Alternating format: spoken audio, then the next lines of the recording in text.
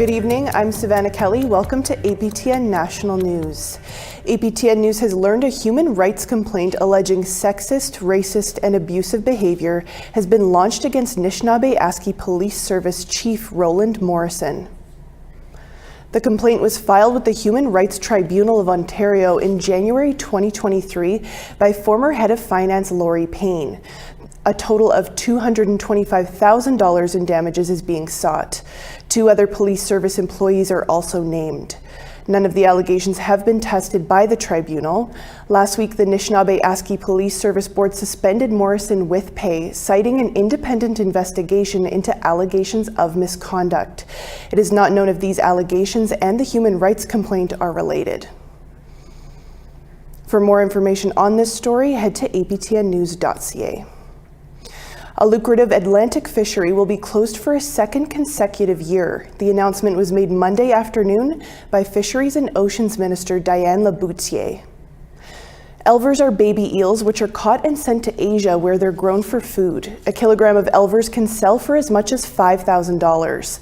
However, in recent years, the fishery has been the focus of conflict and violence between harvesters and DFO agents.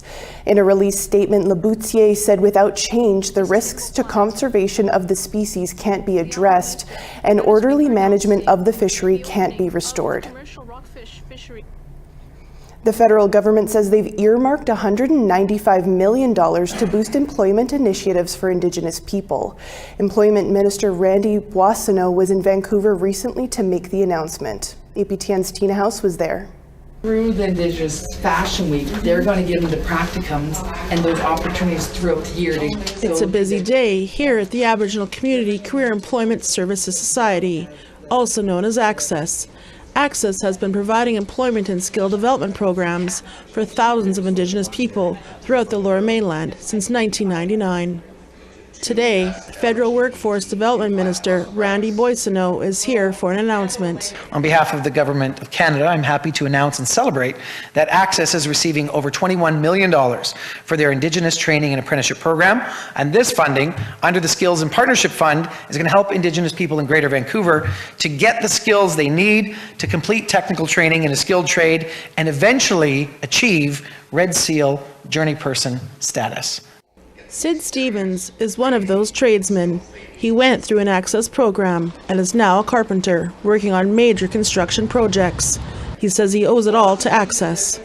So I started with their program called the Blade Runners, which was an introductory into construction and gaining me a bit of certifications through that. Upon completion of that, I was so career driven on becoming a full carpenter. And I didn't know where I was going to go to for help in that scenario. And then 2 men by the name of Rob Egan, and he's not here today, but Gary Jobin. Without those 2 men, I definitely wouldn't be where I am today. Lynn White is the CEO of Access. She says the $21 million will go a long way to expand their programs and services. The funding that Access is receiving is and will continue to make a big impact on our urban Indigenous community. We are training hundreds of people, and they will fill much needed positions in the trades. According to Minister Boissonneau, in the next 5 years, 700,000 skilled tradespeople are going to retire in Canada, which opens the doors for more newly trained tradespeople to fill those vacancies. Our Indigenous people have been excluded from economic prosperity for too long, and we're working to come up into a life with meaningful employment and opportunity so that our young people will know that there is a path already cut out for them to follow. Tina House, APTN National News, North Vancouver. This past weekend, a group of women and gender studies students from the University of Saskatchewan met to discuss the challenges of homophobia and transphobia in schools and post-secondary educational institutions. The undergraduate students brought attention to systemic barriers faced by transgender and two-spirit communities. Our reporter Rachel May has more. In October 2023, the Saskatchewan government invoked the notwithstanding clause to pass Bill 137, which makes parental consent required before a child under 16 can use a different gender-related name or pronoun in school. The Queering is Community event focused on supporting transgender and two-spirit communities, which Bill 137 affects. New to this community, and also understanding about queering, as community. I been working with two-spirit LGBTQ, non-binary plus. I've even had to learn the terms, the acronym or whatever you want to call it.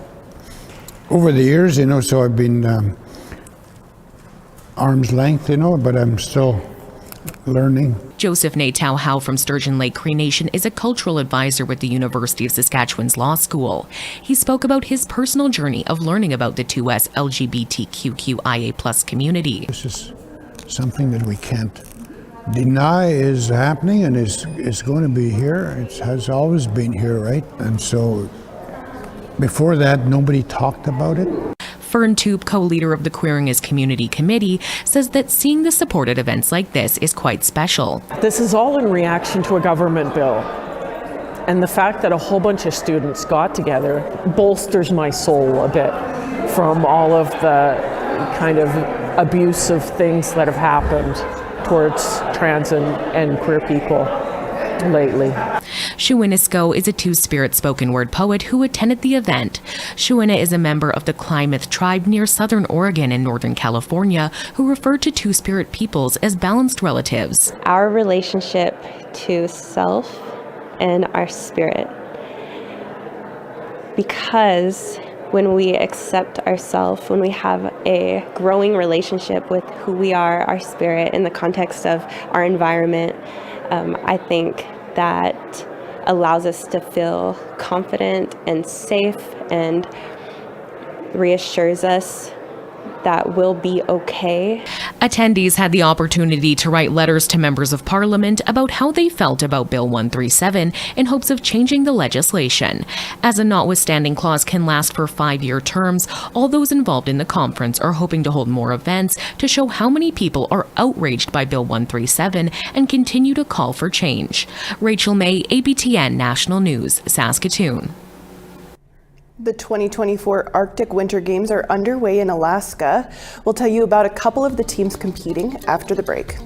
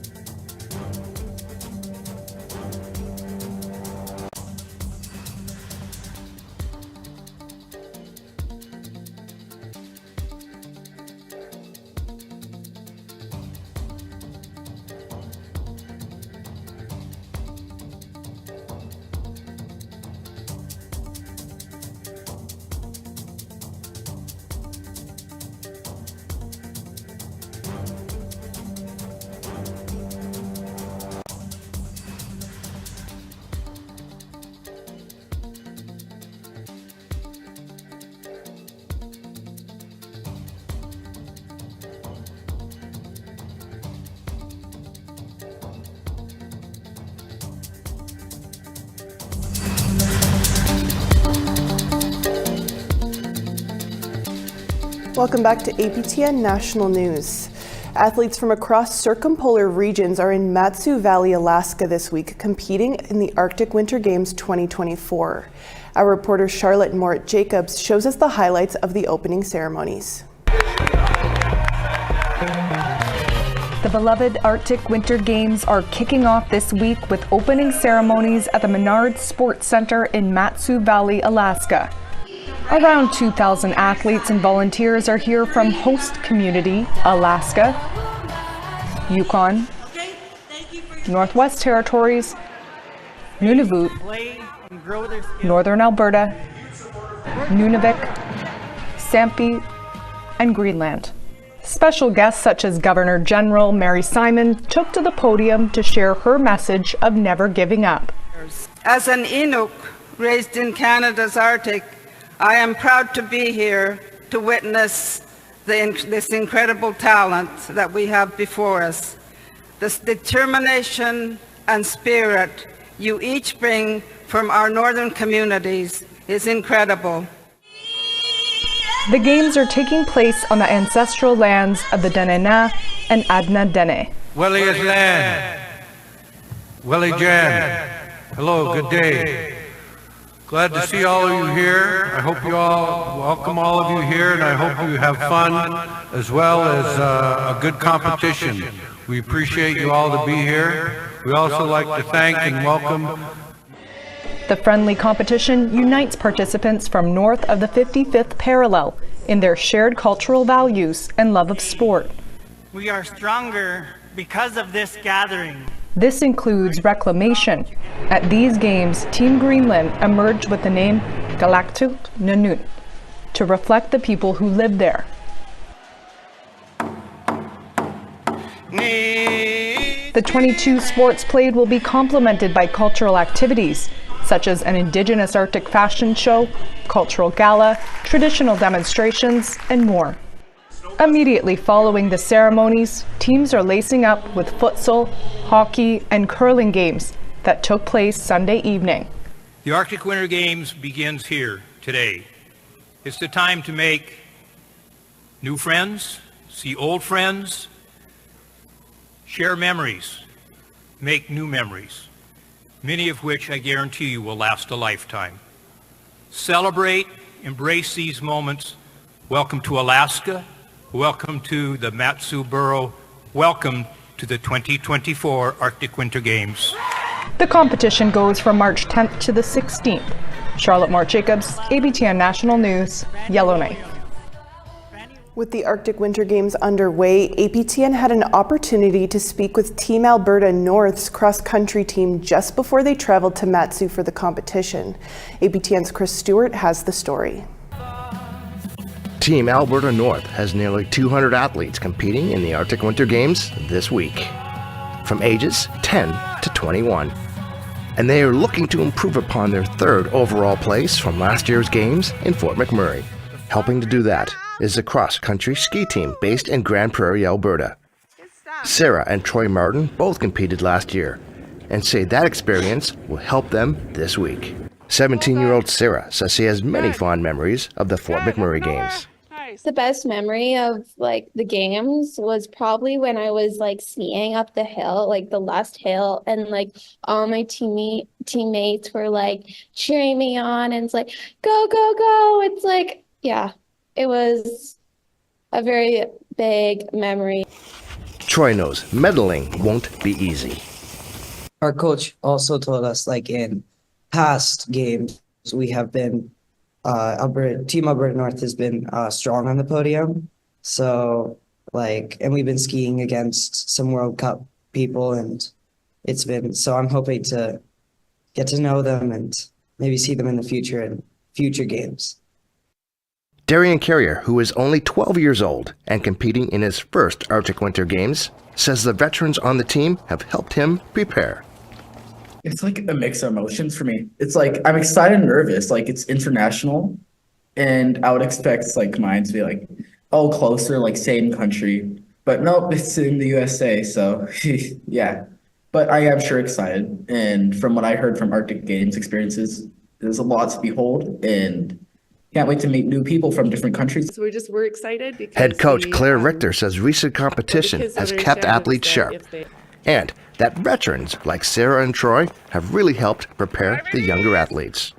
For Darian and Troy, they just came off of the Alberta Winter Games here that we hosted in Grand Prairie a couple of weeks ago, so they have a little bit of a feel for it. But that younger age category, it's hard to manage all their energy over a week-long period, so that the veteran athletes really help sort of rein those kids in. Chris Stewart, APTN National News, Edmonton. And here's an update on how Nunavut's hockey teams are faring at the Winter Games in Matsu, Alaska. Nunavut, whose under-18 male team won hockey gold for the first time ever at the last Winter Games, lost a close one on Sunday. They faced off against Team Yukon and were tied 1-1 for much of the game, which led to an overtime period where Yukon managed to squeeze by. The under-18 female team took to their first game against Alberta North. That game wasn't quite as close, with Alberta winning 7-1. The under-15 male team, also facing Alberta North, didn't fare much better. Alberta won 7-3. The under-18 female hockey team, as well as the under-18 and under-15 male teams, all face off against Alaska tomorrow. A dedicated group of friends is gearing up for a trek up Mount Everest to raise money for a First Nations mental health and healing center. For one of the so-called Black trekkers, it's a very personal journey, as Australia's NITV Dan Rennie explains. In a remarkable display of determination and compassion, a group of friends known as the Black Trackers are set to embark on an expedition to Mount Everest Base Camp. Smile for the camera. It's the second time Wanyi and Calcutta barrister Joshua Creamer has made the journey. At the heart of his endeavour lies a deeply personal journey. He tragically lost his brother to suicide on Boxing Day 2022. While I was over there, I thought to myself, geez, I would have loved to be able to do something like this with my brother or people I really care about. So I came back and I had that idea in my mind, I want to go next year, I want to keep going. Joining the trek is prominent First Nations psychiatrist Camilla Roman, Dr. Clinton Schultz. The team will be raising funds and awareness for First Nations mental health. I don't think, unfortunately, there has been enough awareness raised to that amongst majority populations. So more than anything, I want to get the message out there to majority populations that, this is something that our communities are having to face every day. The Black Trackers have teamed up with the national mental health charity, the Black Dog Institute. They hope to raise $50,000 for the first Aboriginal and Torres Strait Islander Lived Experience Centre. One of our four main pillars, our strategic pillars at the Institute at the moment, is to form strong relationships with community and to be seen as a trusted partner with organisations and communities, Aboriginal and Torres Strait Islander organisations and communities. During the trek, they will face physical and mental obstacles, like those battling mental health issues. We're going as a team effort too, so you're only as strong as your last person, and we'll walk together as a group, we'll take breaks when we need to, and we'll help each other get up there. A staunch group of 11 will make up the team heading to Nepal. Dan Rennie, NITV News. And best of luck to that group on their journey. We need to take one more quick break. Still to come, a long-running film festival featuring women filmmakers kicks off in Vancouver. Beautiful. I think the most powerful and the strongest works of art are just come from the core of who you are.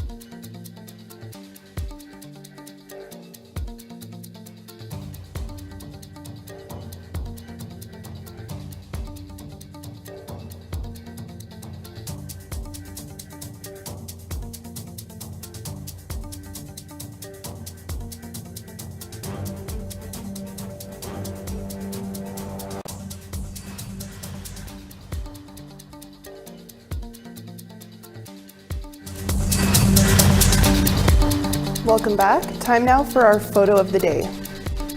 This weekend, John Kershane snapped this view from atop the Canadian Human Rights Museum located in downtown Winnipeg at the site of the historic Forks. Thanks for sharing that, John. Keep those photos coming by email to share@aptn.ca for the chance to be our next photo of the day. Now let's take a look at tomorrow's weather forecast. Starting off on the east coast, 3 degrees and snowy for Halifax and Fredericton. Kuujjuaq, mix of sun and cloud, -2 there, snowy and -5 for Nain. St. Jovite, sunshine and 9 degrees, Saguenay, -1. Sarnia, sunshine and +17 there, Ottawa, +11. Kapuskasing, sunshine there, 6 degrees, Big Trout Lake, snowy and 0 degrees. Churchill, snowy and -3, Norway House, +5. Winnipeg, rainy and 2 degrees there, Dauphin, sunshine and +2. Regina, rainy and 3 degrees there, Yorkton, 0 degrees. Stony Rapids, sunny and -8, La Ronge, 0 degrees. Sunshine and +7 for Peace River and Grand Prairie. Red Deer, mix of sun and cloud, 8 degrees there, Medicine Hat, +13. Vancouver, rainy and 9 degrees there, Bella Coola, +6. Dease Lake, sunshine and +2, Smithers, snowy, 6 degrees. Mayo, mix of sun and cloud, +1 there, Rock River, snowy and -22. Norman Wells, -20, Wrigley, snowy and -9. Paulatuck, snowy and -17, Colville Lake, -13. Baker Lake, snowy and -20, Nauyat, mix of sun and cloud, -14. Clyde River, -21, and Iqaluit, sunshine and -17. Also making headlines is Emma Stone. She won Best Actress last night at the 96th Academy Awards, but many are calling the win the night's biggest mistake. And the Oscar goes to Emma Stone.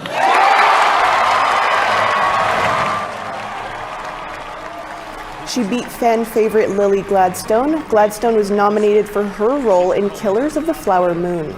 She's the first Native American contender in the category. Stone won for her role in Poor Things, her second Oscar win.